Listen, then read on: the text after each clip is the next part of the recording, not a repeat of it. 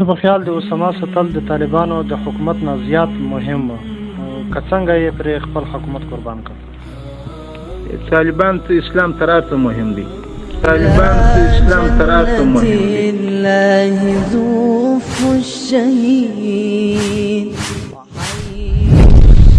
دي. طالبان که دا حکمرانی کوي د قدرت لپاره نه کوي، د اسلام لپاره کوي.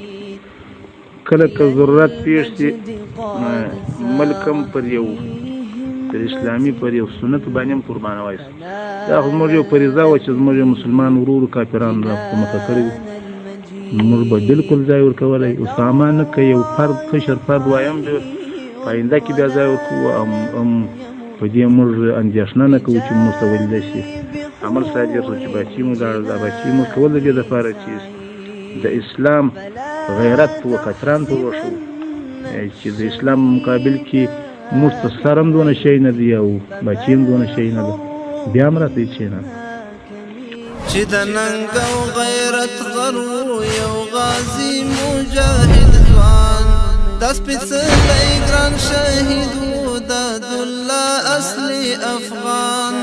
چې د ننګ او غیرت غرو یو غازي مجاهد ځوان، دا سپېڅلی ګران شهید و د عبدالله اصلي افغان. دا سپېڅلی ګران شهید و د عبدالله مردي میدان.